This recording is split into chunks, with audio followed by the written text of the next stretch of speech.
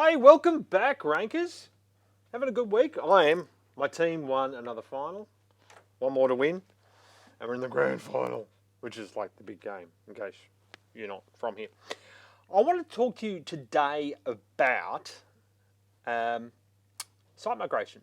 So, whether you're just doing a facelift on your site, so I've had a couple of instances this week where I was working on the blogger's SEO product, and one of the bloggers whose site that I'm using to the Healthy Thermomix one, she went and pushed new logos live, new theme live, and she didn't tell me. Hi, Nikki. And I was away on holidays, and I came back, and of course, I told you about this one last week. The rankings are all dropped because she blew away all the SEO. So I fixed that on Friday. She's back at she's just off front page, number 11, 12, something like that. And the other one that we did back in July, well, we started it in June. It's a big, I don't want to tell you who the company is or who the brand is because everyone will know the brand, but basically it's a big national transport franchise type company. And they already had a lot of number ones, and I just met the one of the owners casually at the PISA conference up in Brisbane, actually. And he told me, oh, yeah, we're about to go to a site migration. We've been thinking about doing SEO. And I said, but you've got all these number ones. What's your procedure for protecting all those number ones when you go to site migration? And he said, what? So we did the site migration for him. And I just want to show a few things about what we did. His particular site was typical of a lot of sites that we see before we do a site migration, but the index was just a mess. But he still had a lot of number ones because a lot of an old site, brand that had been around a while, a brand that people knew, and a lot of great backlinks consequently. And when we took over the site, and this is his rankings before we took over. So for this was his top phrase, and I'm showing you here. I'm not showing you what the phrase is. I'm just showing you the rankings of it. It was ranked number 4, as you can see there. For those of you on Periscope, if you want to join us on Periscope for the live recording of this show, it's Australian Eastern Standard Time on a Tuesday. You just need to follow me on Twitter and you'll get the alert when we're about to go live. It can vary a little bit. I try to get it out at midday, but we had meetings this morning and it didn't happen. So before we started doing the work, we were ranking at number 4, and there were a bunch of other number ones across the board. We went live with the new site here, and you can see there straight away we went from number 4 to number 1 the day after the new site went live. Now, typically for most of you, or if you've ever done a site migration, you'll push the site live and your rankings drop. That's because no one's held your hand during that process, and I'm surprised the number of businesses out there that will go live with a new site without having an SEO. Have a look at it. And Darren, if you're watching, I'm talking to you. So we need to do that before you push your new site live. And this site had not only duplication of content. For those of you who want to know what platform it was on, this was on Joomla, and it's still on Joomla. But they're upgrading to the new version of Joomla and doing a new theme and restructuring and all that sort of stuff.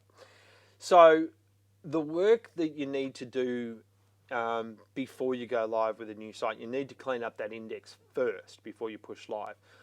You need to get rid of, and in their case, they had subdomains, they had plugins creating duplicate content, they had areas for members, all sorts of things to be able to log in. And so we had to get rid of all these subdomains that shouldn't even be there. They were just duplications of the main site that had just over the years, people had published stuff there and they were just left there. So we cleaned up the index, and on the new site, we also changed the directory structure or the path structure of the site, not to what they wanted to change it to, incidentally, because they had sort of that old school SEO from 2004, where you used to have this deep structure of directories like you would in I was going to say Linux, but it doesn't matter.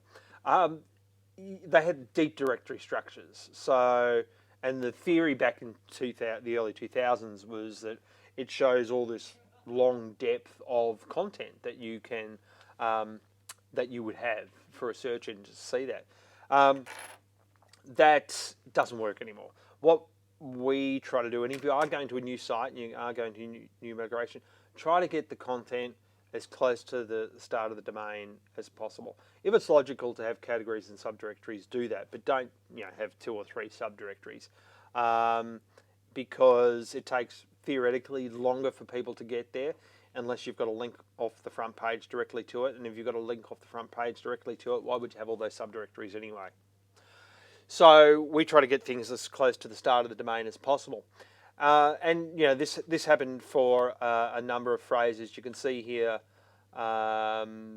the entire ranking distribution now is pretty cool. We're pretty happy with that. We've got 31 phrases on the home page, and that's pretty much all of their phrases. So we could now start tracking other ones and look for some more low-hanging fruit now that they're all on the front page. A majority of those phrases are around number 1.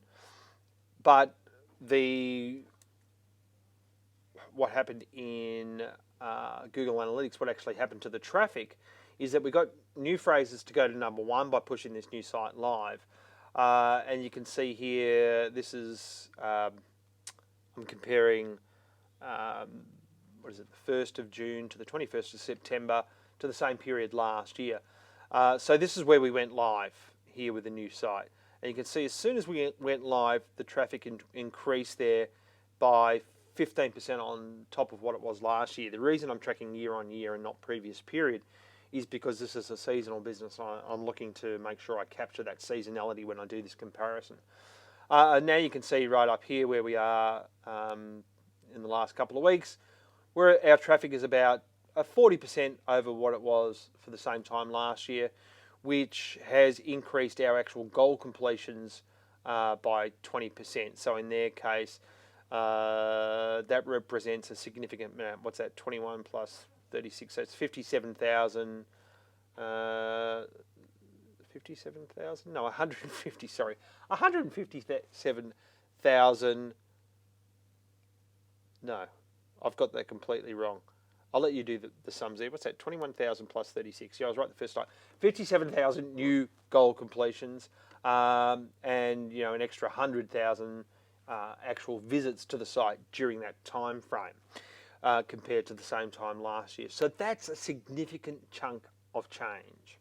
So even if you are ranking really, really high, there are still improvements that you can get across the board, because a lot of the stuff that's driving traffic here is phrases that we're not even tracking, because we're only tracking 31, and they're our